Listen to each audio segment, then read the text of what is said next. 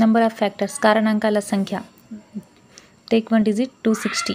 260ని ఈ విధంగా కారణాంకాలుగా విడగొట్టిన తర్వాత మనకు 2^2, 5^1, 13^1 ఈ విధంగా కారణాంకాలుగా డివైడ్ చేసినాం. Next number of factors. n = p^q × q^b × r^c. ఇది ఒక ఫార్ములా. a+1 × b+1 × c+1. ఇక్కడ మనం ఈ విధంగా డివైడ్ చేసినాం కదా, సరి కారణాంకాలు బేసి కారణాంకాలు వీళ్ళ పవర్స్ తీసుకొని +1 యాడ్ చేసి మల్టిప్లికేషన్ చేయాలి.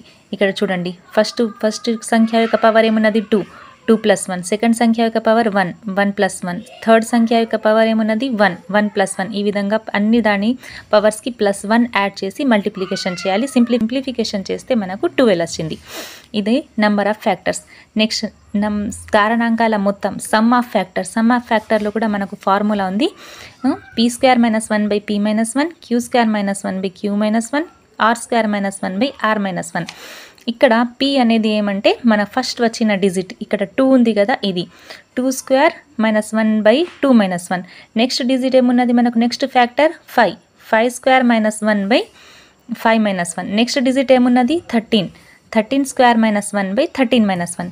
నెక్స్ట్ సింప్లిఫికేషన్ చేస్తే 2² 4 - 1/2 - 1 అంటే 1. నెక్స్ట్ 5² - 1 అంటే 5² - 1/5 - 1 4. నెక్స్ట్ 13² అంటే 169 - 1/13 - 1 అంటే 12. ఈ విధంగా మనం సింప్లిఫికేషన్ చేస్తే మనకు 252.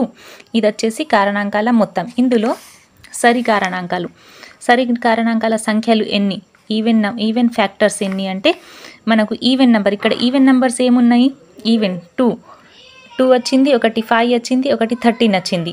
కాబట్టి 2 యొక్క పవర్ యాజ్ ఇట్ ఈస్గా తీసుకోవాలి. ఈ విధంగా మనం 2 యొక్క పవర్ యాజ్ ఇట్ ఈస్గా తీసుకున్నాం. నెక్స్ట్ 5 బేసి సంఖ్య ఏమున్నది 5, ఇంకొక బేసి సంఖ్య 13, వాటి పవర్స్ ఏమున్నాయి 1 1. కాబట్టి ఆ బేసి సంఖ్యల యొక్క పవర్స్ని +1 యాడ్ చేసి మల్టిప్లికేషన్ చేయాలి. ఇక్కడ సరి సంఖ్య యొక్క పవర్ యాజ్ ఇట్ ఈస్ తీసుకోవాలి. 2 బేసి సంఖ్యలు 5 ఇంకా 13 ఉన్నది కదా, 13 ఒక పవర్ +1, 5 పవర్ ఏమున్నది 1 + 1. ఈ విధంగా యాడ్ చేసి మల్టిప్లికేషన్ చేస్తే మనకు 8 అనేది ఇవేంటి సరి కారణాంకాల సంఖ్యలు. నెక్స్ట్ బేసి కారణాంక సంఖ్యలు ఎన్ని ఉన్నాయి, నంబర్ ఆఫ్ ఆడ్ ఫ్యాక్టర్స్ ఎన్ని ఉన్నాయి మనకు, ఇది 12 వచ్చింది. మనకు మొత్తం కారణాంకాలు ఎన్ని ఉన్నాయి, ఇక్కడ 12. మొత్తం కారణాంకాలు ఎన్ని, 12 నుంచి 8ని తీసేస్తే మనకు 4 వస్తుంది. ఇది వచ్చేసి బేసి కారణాంకాల సంఖ్య.